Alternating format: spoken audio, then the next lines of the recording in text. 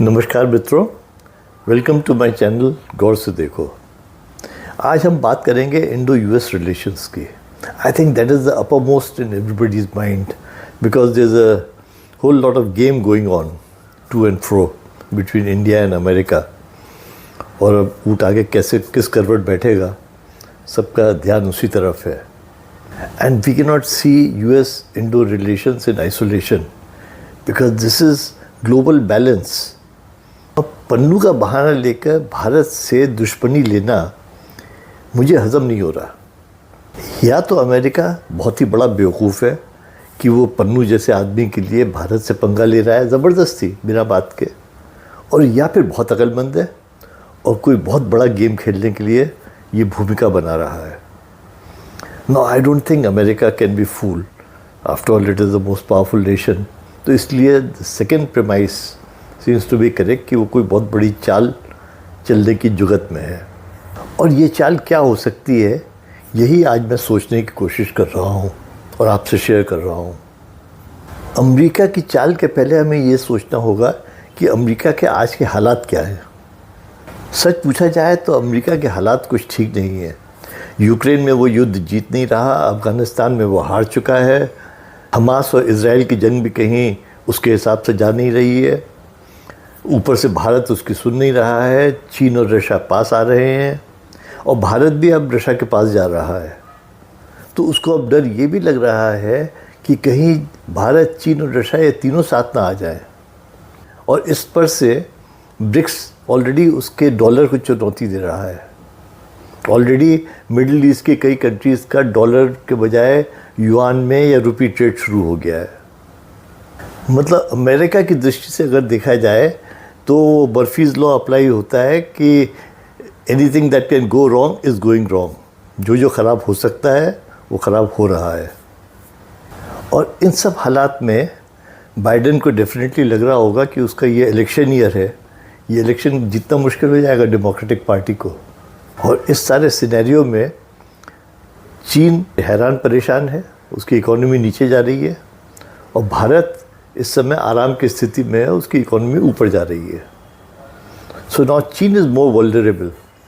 और इसीलिए चीन के प्रीमियर शी ने अभी थोड़े दिन पहले ही स्टेटमेंट दिया है कि चीन की आर्थिक स्थिति ख़राब हो गई है। नाउ शी का ये कहना itself is most surprising because China से तो कोई बात बाहर आती ही नहीं है। इतने दिनों तक वो अपनी रियल स्टेट प्रॉब्लम छुपाए रहे और भी क्या क्या छुपाए रहे किसी को नहीं मालूम। But now she coming up and saying कि चाइना की हालत ख़राब है, दैट स्पीक्स अ लॉट। इसका मतलब वो हालत इतनी ख़राब है कि वो उनके कंट्रोल के बाहर है। And then only he has made that statement. और उसके 2 दिन पहले उन्होंने एक और स्टेटमेंट दिया है कि he would like to live in harmony with America, something to the effect live and let live वाला जो फिलॉसफी है। तो ये तो मैंने आपको बैकग्राउंड बताया। अब सवाल ये है कि यहाँ से मेरी सोच चालू होती है कि अगर मैं अमेरिकन थिंक टैंक में होता तो मैं क्या सोचता। मैं भारत को रूस की तरफ ढकेलता और चाइना को अपनी तरफ करता, क्योंकि चाइना और मेरी प्रॉब्लम्स एक सी हैं। China is a manufacturing factory and I am a consumer as an American. तो ये दोनों compatible हैं।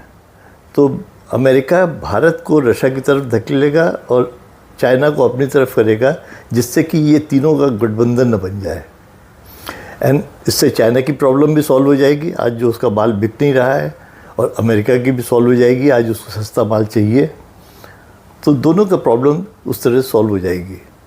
मेरा ये विचार है कि थोड़े दिन में आप देखेंगे there some kind of trade deals between the two, जिससे कि दोनों की प्रॉब्लम सॉल्व होगी and that will push India further towards Russia.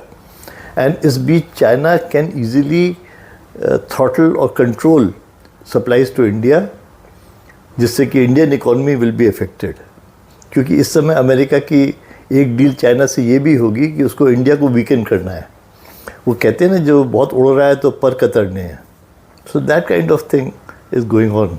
और सच में देखा जाए तो अमेरिका कभी भारत का दोस्त रहा ही नहीं है। हमेशा से 1947 के बाद से ही they had chosen Pakistan over India, and by default India had to go along with Russia.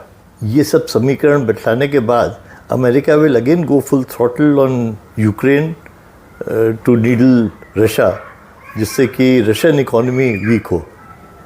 So we have to be now very, India has to play its card very carefully I think again, because सारे समीकरण बदल रहे हैं because of the failing economies. और India का भी जो confidence इस बीच में बढ़ा था, that was because of the fact कि घूम फिर के वही स्टोरी आ जाती है शेर बकरी और घास की. तो वी वर थिंकिंग कि America and China can not go together, so India had a kind of free space to express itself. And वो अमेरिका को तो डेफिनेटली पसंद नहीं आया, तो इसीलिए अब अमेरिका वो रास्ता निकालेगा कि how to put pressure on India economically and even the space it was enjoying. खैर ये सब मेरा प्रेडिक्शन है, पर सच बोलूं तो I hope my prediction goes wrong and this doesn't happen, because it will not be good for the country. आपका क्या विचार है, आप भी बताएं. I would love to hear your opinion. Thanks for listening. Please like, share and comment, and share it with your friends, your WhatsApp groups. Thank you once again.